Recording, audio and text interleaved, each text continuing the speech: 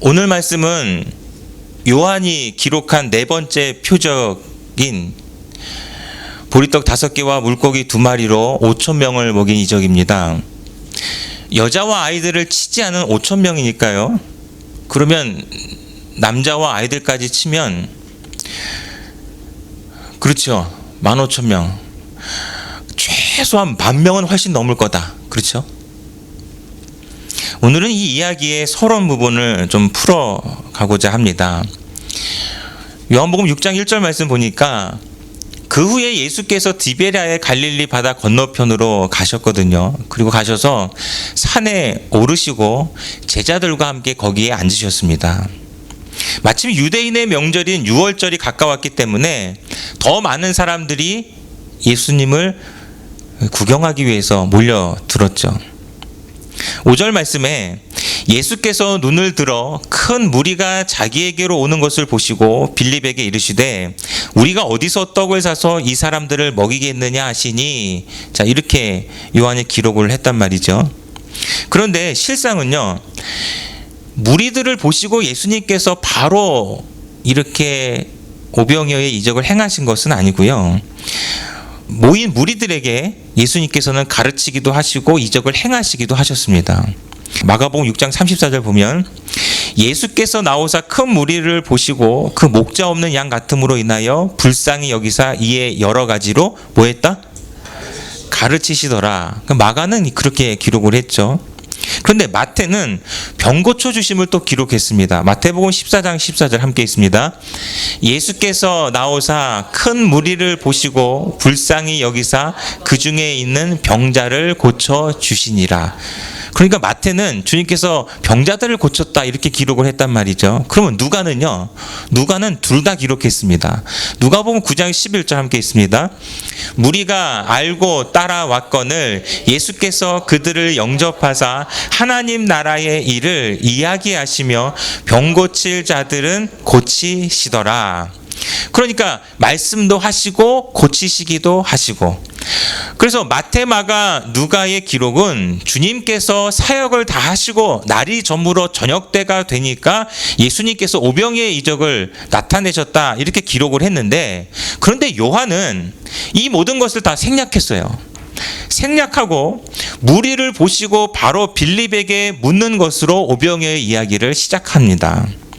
요한은 다른 복음서에는 기록하지 않은 예수님과 빌립의 대화, 예수님과 안드레의 대화를 더 비중 있게 기록한 것이죠. 이 시점에서 우리는 그냥 그런가 보다 하고 넘어갈 수 없습니다.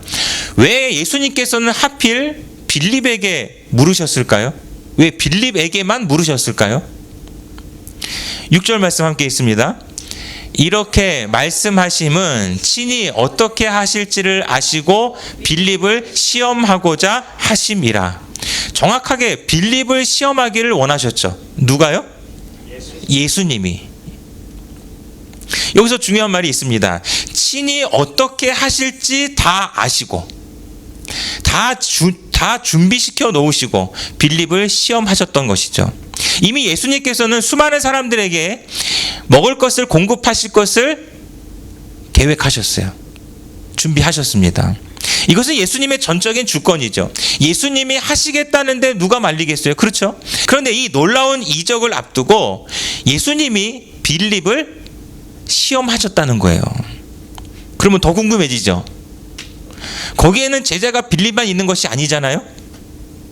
모든 제자들에게 이렇게 물으셨다면 우리도 안 궁금할 텐데 왜 굳이 빌립에게만 물으셨느냐라는 겁니다. 그러니까 우리가 궁금해지잖아요. 왜 빌립입니까? 예? 왜 빌립입니까? 예?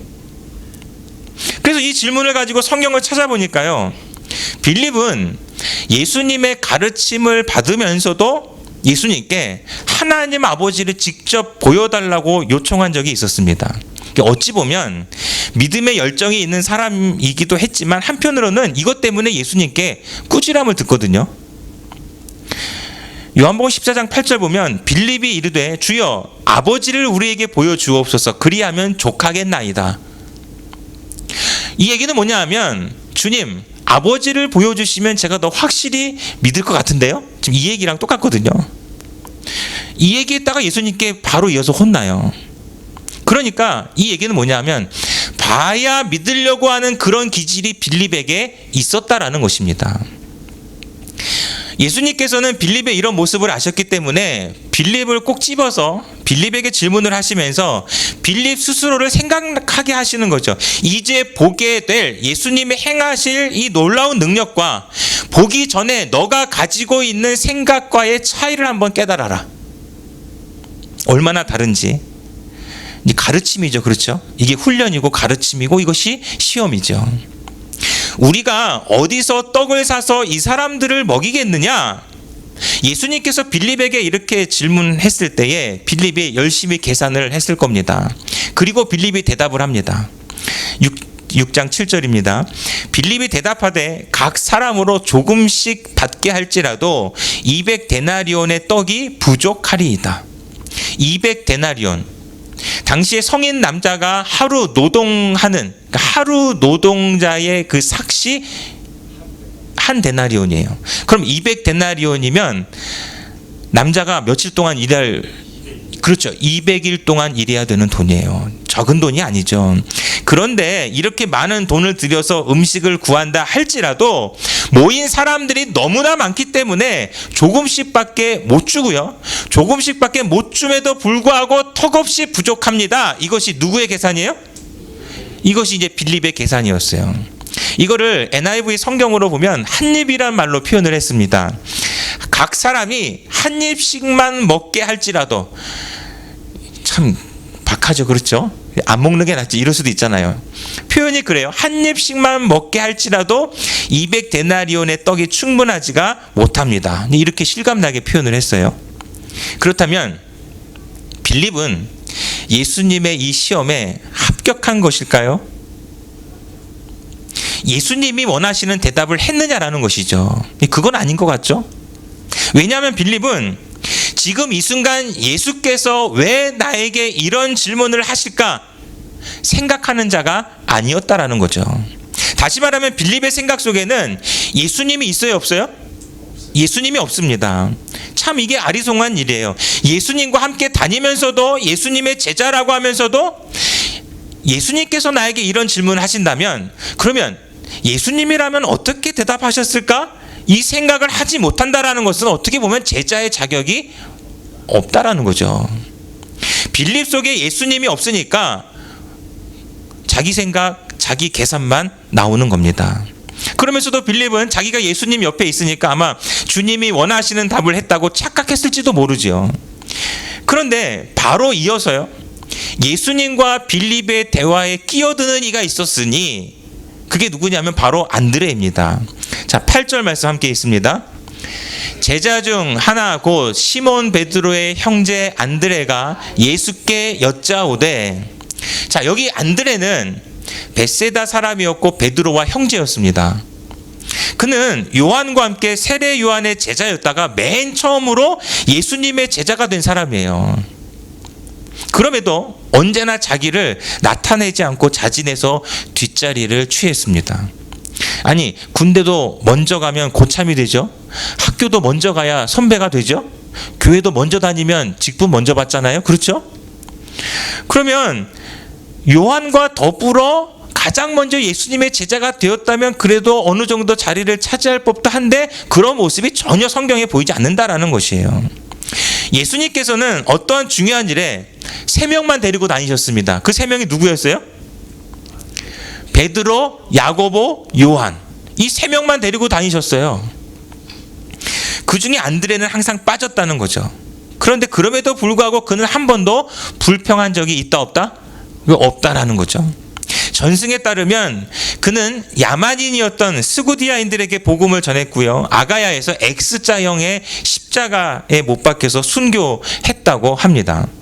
그런데 이런 안드레가 예수님과 빌립의 대화를 듣다가 문득 예수님께 이런 질문을 하는 거예요. 9절 함께 있습니다. 여기 한 아이가 있어 보리떡 5개와 물고기 2마리를 가지고 있나이다. 그러나 그것이 이 많은 사람에게 얼마나 되겠사옵나이까. 오히려 안드레는 예수님께 질문을 한단 말이죠. 제가 여러 번 말씀드렸지만 주님을 인식하는 훈련이 바로 주님께 묻는 것입니다. 묻는 것과 안 묻는 것은 천지 차이죠. 묻는다라는 것은요, 기대함이 있기 때문에 묻는 겁니다. 누가 저한테 성경에 대해서 묻는다고 한다면 제가 대답해 줄 믿기 때문에 저한테 물어보는 거겠죠. 그렇죠? 저 목사는 무식해서 대답 못해. 그러면 뭐하러 묻겠냐는 거죠. 제가 여러분들과 1년 넘게 만났지만 한 분도 저한테 에어컨에 대해서 묻는 사람이 없었습니다. 그럼 에어컨이 고장나고 에어컨에서 궁금하면 누가 생각날 것 같아요? 그렇죠. 이충호 집사님이 생각나죠. 왜냐하면요, 이충호 집사님께 물으면 반드시 답이 있을 거다라고 확신하기 때문에 그렇습니다. 그러니까 제가 지금 뭘 얘기를 하냐면 묻는 것과 안 묻는 것은 분명히 차이가 있다라는 것이죠. 우리가 주님께 묻는다라는 것은 기대하기 때문에 묻는 것입니다. 뭐라고 말씀하시지 않을까? 뭔가 깨닫게 하시지 않을까? 기대하니까 묻는 거죠. 이것이 바로 믿음의 관계예요. 그런데 이 악한 마귀가 얼마나 사악한지 묻고 대답하는 주님과의 이 친밀한 관계를요, 이거를 깨트립니다. 어릴 때부터 인형이랑 로봇이랑 대화하게 하고요, 커서는 큰 나무랑 대화하고 바위랑 대화하고 새해 첫날에는 누구랑 대화해요? 모르시네요. 떠오르는 태양과 대화하고, 요즘은요 시리아, 알렉사, 오케이 구글 이러면요 인공지능과 대화하는 시대가 되었습니다. 뿐만 아니라 많은 사람들이 강아지를 섬기면서 강아지와 대화를 합니다. 여러분, 마당에서 강아지를 키우는 것은 키우는 거예요. 그런데 집에서 강아지와 함께 사는 것은 강아지를 섬기는 겁니다. 왜냐하면 똥 싸면 누가 똥 치워요? 그렇죠. 똥 싸면 똥 치워주죠. 시간 되면 밥 줘야 되죠. 간식 사다 먹여야 되죠. 간식 정성을 다해서 만들어줘야 되죠. 목욕시켜줘야 되죠. 털 말려줘야 되죠. 발톱도 깎아줘야 돼요. 귀 청소도 해야 되고요. 때가 되면 이불도 빨아주고 옷도 입혀줘야 되고요. 여러분, 이 정도를 사람에게 해본 적 있으세요? 이건요 거의 완전히 완전히 종처럼 섬기는 이 수준인데, 그런데 이러한 섬김을 사람이 강아지한테 하고 있는 시대가 되었다라는 거죠. 그래서 강아지와 교감할 시간은 있어도 주님과 대화할 시간은 없다. 강아지 목욕시키고 털 말릴 시간이 있어도 주님과 대화할 시간은 없다. TV 볼 시간, 유튜브 볼 시간이 있어도 주님과 대화할 시간은 없고요. 사람과 대화할 시간이 있어도, 부부싸움 할 시간이 있어도 주님과 대화할 시간이 없다라는 거. 그래서요, 하루에 최소한 몇 분? 알기는 기가 막히게 아시죠? 하루에 최소한 30분도 기도 안 하는 사람은요, 주님을 대놓고 무시하는 사람일지도 모릅니다. 바쁘다는 이유로. 우리는 주님 없는 하루, 주님과 전혀 상관없는 하루를 보낼 때가 많지만, 그런데 실상은요, 내가 원하는 것은, 내가 하고 싶은 것, 내가 할 것은 다 한다라는 거죠. 인정하십니까? 내가 하고 싶은 것은 다 해놓고 나중에 잘 때 되면 아이고 기도 안 했네, 그런 나 자신이 보여져야 된다라는 것이죠. 그렇기 때문에 기도도 훈련이 필요하고 주님께 묻는 것도 훈련이 필요합니다. 해봐야 되죠. 싫어도 해봐야 됩니다. 하기 싫어도 노력해야 됩니다.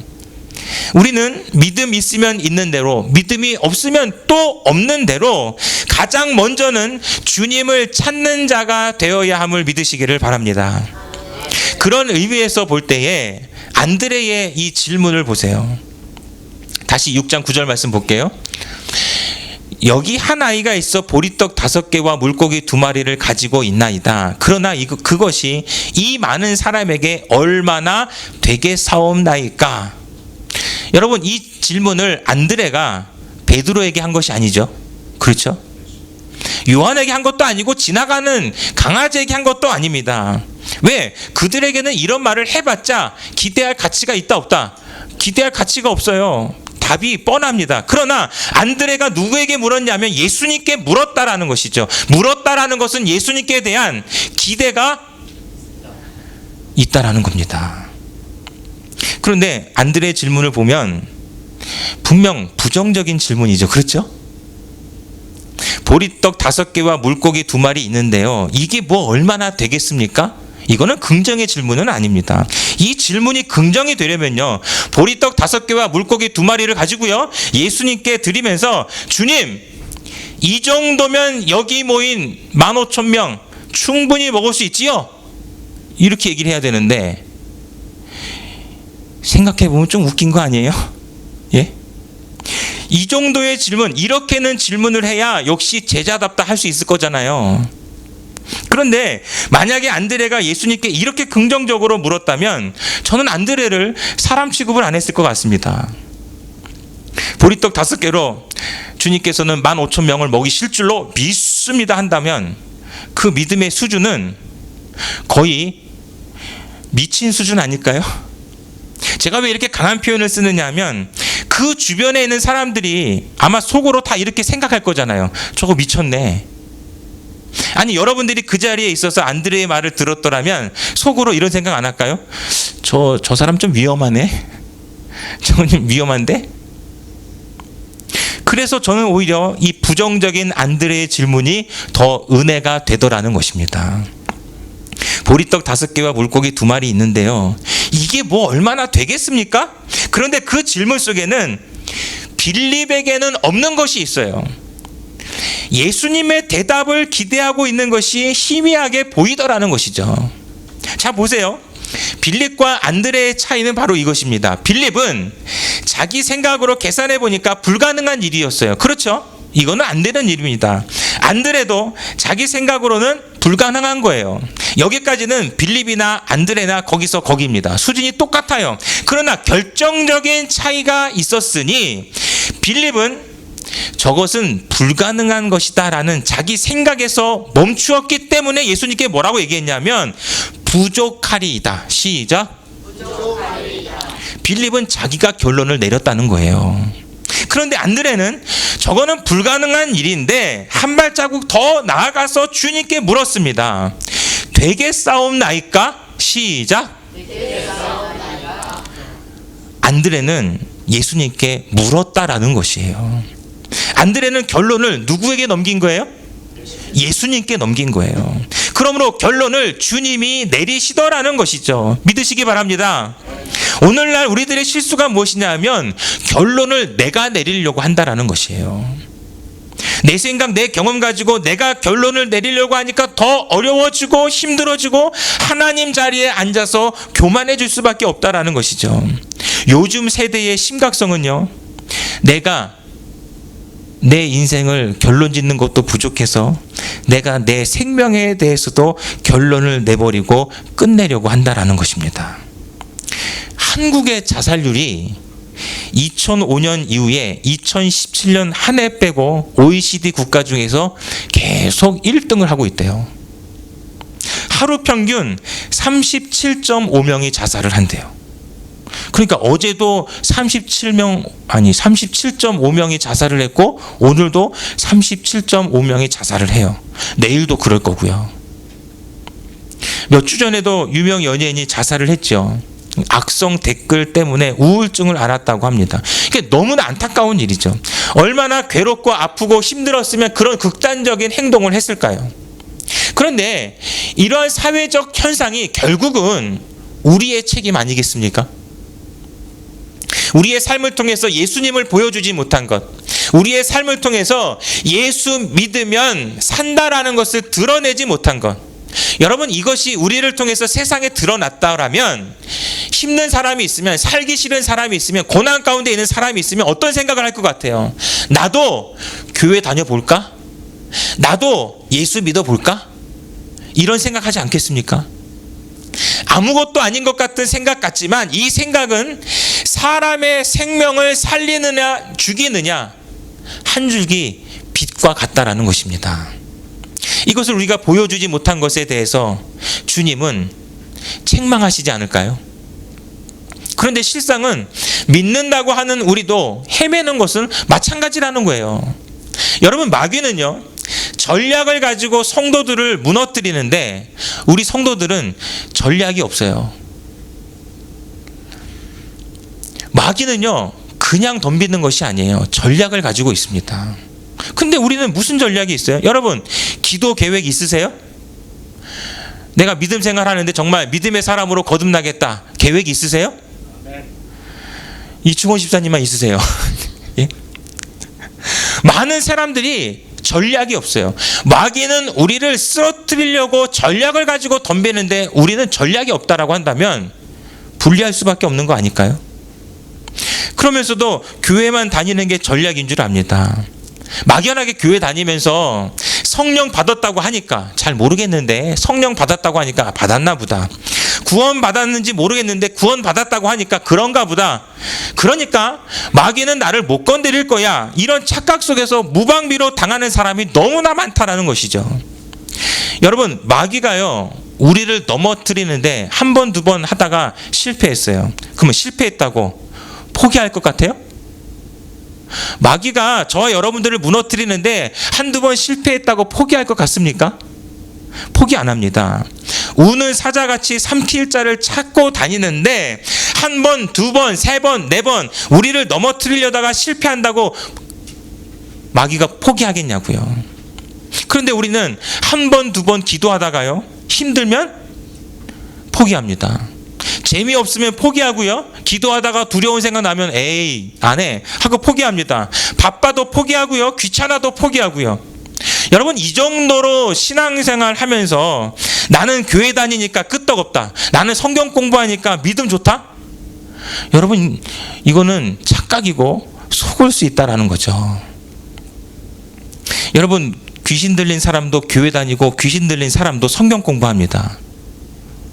성경에 보면 회당에 귀신 들린 자가 와 있었어요, 없었어요? 예수님이 가르침을 전하는 데에도 귀신 들린 자가 와 있었다니까요. 그러면 귀신 들린 너나 안 들린 것 같아 보이는 나나 뭐가 다르냐는 겁니다. 따라합니다. 속지 말아야 된다. 그런데 그럼에도 불구하고 분명 다른 것이 있지요. 우리는 주님을 향한 감사가 있고 주님을 향한 사랑이 있습니다. 그래서 기도는 사랑하는 자만이 할 수 있다. 시작. 기도는 주님 사랑하는 자만이 할 수 있다. 시작. 믿으시기 바랍니다. 그러므로 아무리 바쁘고 힘들고 아무리 지쳐도 우리가 기도하는 일에 포기하면 안 되죠. 우리가 주님을 사랑하는 일에 포기하면 안 됩니다. 원수 마귀도 우리를 넘어뜨리기 위해서 포기를 안 하는데 우리가 우리 자신을 포기할 수 없잖아요. 포기는 언제 쓰는 말이냐면요, 김장할 때 쓰는 얘기예요. 그 집 김장 몇 포기 하셔? 이럴 때나 쓰는 말이지, 포기라는 단어 속에 우리의 환경의 문제들을 놓고 결론 낼 수는 없다라는 것이죠. 그러면 이렇게 생각해 보세요. 그러면 하나님은 저와 여러분들을 포기하실까요? 하나님이 우리를 포기하셨다면 오늘 우리가 살 수 있겠냐고요. 하나님이 우리를 포기하셨다면 오늘 우리가 하나님의 자녀가 될 수 있겠냐고요. 하나님은 우리를 구원하시기 위해서 독생자를 내어주실 정도인데 하나님이 인류 구원을 포기하실 리가 없지요. 어쩌면 예수라는 이 이름에는 하나님의 강력한 의지가 담겨 있는 거죠. 어떤 의지예요? 나는 절대 너를 포기하지 않는다. 시작. 예수 그리스도, 예수라는 그 이름에는 바로 이러한 하나님의 강력한 의지가 담겨 있다라는 것이죠. 예수 이름을 부르는 자는 내가 절대로 포기하지 않는다. 포기할 수 없기 때문에 독생자 아들을 내어주셨다는 것이잖아요. 그런데 우리가 어찌 하나님 앞에서 나를 포기하고 내 삶을 포기하고 내 믿음을 포기하고 내 기도함을 포기할 수 있겠습니까? 내 삶의 문제를 주님께 맡긴다. 시작. 내 삶의 문제를 주님께 맡긴다. 그래서 우리는 주님께 물어야 됩니다. 자꾸 물어야 됩니다. 또 물어야 됩니다. 삶의 사소한 것까지도 물어야 됩니다. 될 것 같은 것은 될 것 같기 때문에 물어야 되고요. 안 될 것 같은 것은 안 될 것 같기 때문에 물어야 됩니다. 아멘 합시다. 내가 결론 내지 말자는 거예요. 주님이 결론 내리도록 주님께 맡기는 자 되시기를 주님의 이름으로 축원합니다. 안드레의 이 희미한 믿음일지라도 주님께 결론을 내어 맡길 때에 어떤 일이 발생했는지 우리 다 알잖아요. 예수님께서 말씀하셨습니다. 우리 밥 먹을 준비하자. 시작. 우리 밥 먹을 준비하자. 그래서 예수님께서 명령하셨어요. 50명씩 100명씩 무리지어 앉게 하라고요. 이게 곧 뭐예요? 밥 먹을 준비하자라는 거죠. 무엇을 두고? 보리떡 5개와 물고기 2마리. 여러분 기가 막힌 일 아니에요? 이것을 두고 밥 먹을 준비하재요. 떡이 부족할 겁니다 라는 빌립의 계산을, 그 말을 듣고 움직이신 것이 아니라 그게 되겠습니까? 라는 안드레의 질문을 들으시고 주님께서는 움직이셨습니다. 그게 되겠습니까? 그래 된다. 시작. 아니 같이 해야죠. 그게 되겠습니까? 그게 된다. 시작. 그게 되겠습니까? 그게 된다. 하워드 핸드릭스의 사람을 세우는 사람이란 책에 나오는 내용입니다. 신앙의 확신을 가진 대학생이 물리학 교수와 정면 대결을 벌인 실제 이야기인데요. 첫 시간에 교수가 분필을 치켜들면서 말합니다. 물리학은 내가 이 분필을 바닥에 떨어뜨리면 깨진다는 것을 알려줍니다. 어떠한 신에 대한 기도로도 이것을 막을 수는 없습니다. 하면서 분필을 떨어뜨렸어요. 분필이 어떻게 됐을까요? 깨졌죠. 물리학적으로는 분필 떨어뜨리면 떨어지죠. 그 이치잖아요. 분필은 산산조각이 났습니다. 납득이 가는 논리죠. 그런데 이 교수가 한 학기 내내 계속해서 분필 시범을 보이는 거예요. 그리고 마지막 수업 시간이 되었습니다. 여러분 그동안 납득이 되었습니까? 아직도 하나님이 과학보다 위대하다고 하는 이런 낡은 관념을 그대로 가지고 있는 사람이 아직도 있습니까? 물었는데 그때 신앙을 가진 학생이 손을 들었습니다. 그러니까 교수가 그럼 자네는 내가 분필을 땅에 떨어뜨릴 때에 자네의 기도로 이 분필이 안 부러지게 할 수 있다고 생각한단 말이지? 그랬더니 이 학생이 네 그렇습니다. 그리고 학생은 대답하자마자 기도하기 시작했습니다. 그런데 큰 소리로 학생이 기도하니까 이 기도가 교수의 기분을 완전히 잡쳐놓은 거죠. 왜? 한 학기 동안 가르쳤거든요. 그 어떤 신도 물리학을 이길 수 없다. 그런데 한 학생이 나타나서 기도를 막 하니까 교수는 교수 나름대로 기분이 상했을 거 아니에요. 그래서 교수가 그 바보스러운 짓을 멈추라고 하면서 화를 내고 나중에는 욕을 막 퍼부었습니다. 그렇게 길고 신랄하게 비난하며 욕하는 도중에 갑자기 분필 들린 손이 올라갔다가 분필을 놓치고 말았거든요. 놓친 분필은 공중에서 한 바퀴를 돌더니 교수의 양복 바지 접어 올린 단 위에 떨어지더니 신발 밑으로 또르르 굴러서 바닥으로 굴러 내려갔습니다. 분필은 부러지지 않았죠. 그랬더니 강의실에서는 모든 학생들이 박수를 쳤습니다. 왜요? 분필이 안 깨졌기 때문에. 물리학 교수는 어안이 벙벙했지만 이 학생은 빙그레 웃으면서 기도에 응답하신 하나님께 감사했다는 거죠. 이와 같이 어느 누구도 장담할 수 없고 결론 내릴 수 없는 것이 바로 앞으로의 일입니다. 과학보다, 이성보다, 의학보다 앞서는 것이 믿음이에요. 인정하시기 바랍니다. 왜냐하면 주님이 하시면 하십니다. 시작. 그렇다면 나는 주님이 하시도록 기도하는 것이죠. 그래서 우리가 할 수 있는 것은 딱 하나입니다. 내 삶의 문제를 주님께 맡긴다. 시작. 내 삶의 문제를 주님께 맡긴다. 그리고요, 우리는 더 나아가서 우리는 이 고백까지 가야 합니다. 내 인생의 결론을 주님께 맡긴다. 시작. 내 인생의 결론을 주님께 맡긴다. 우리 하나님께 찬양하겠습니다.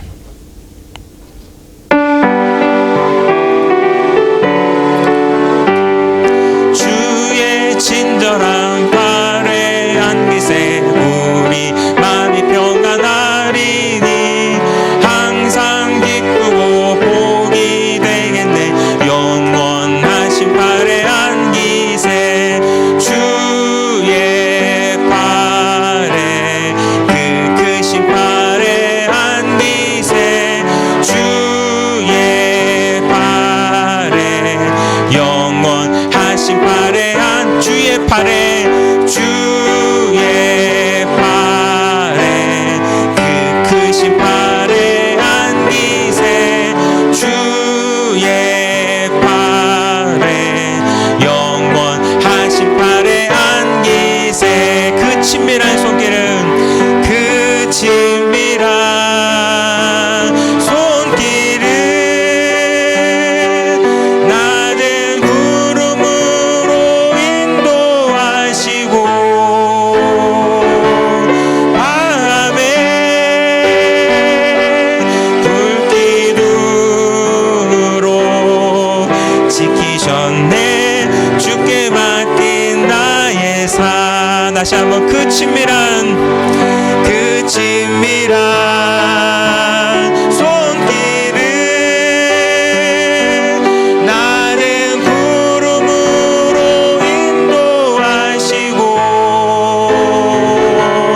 밤에 불기둥으로 지키셨네. 주께 맡긴 나의 삶. 지키셨네. 주께 맡긴 나의 삶. 아멘. 함께 기도합니다. 우리는 주님께 묻지 않으면서 주님 뜻대로 산다고 속으면 안 됩니다. 힘들다고, 바쁘다고, 재미없다고, 귀찮다고, 두렵다고 기도하기를 포기해서도 안 됩니다. 마귀는요, 우리를 지옥으로 끌고 가려는 일에 절대 포기하지 않습니다. 그러나 하나님은 독생자를 내어 주시기까지 우리를 포기하지 않으셨습니다. 그런데 우리가 포기하면 안 되잖아요. 믿음 포기하지 말자고요. 기도 포기하지 말자고요. 생명 포기하지 말자고요. 결론을 내가 내리던 교만을 내려놓고 주님이 결론 내리시도록 주님께 묻는 자가 되게 하여 주옵소서. 내 삶의 문제를 주님께 맡깁니다. 내 인생의 결론을 주님께 맡깁니다. 우리 주여 삼창하고 기도합니다.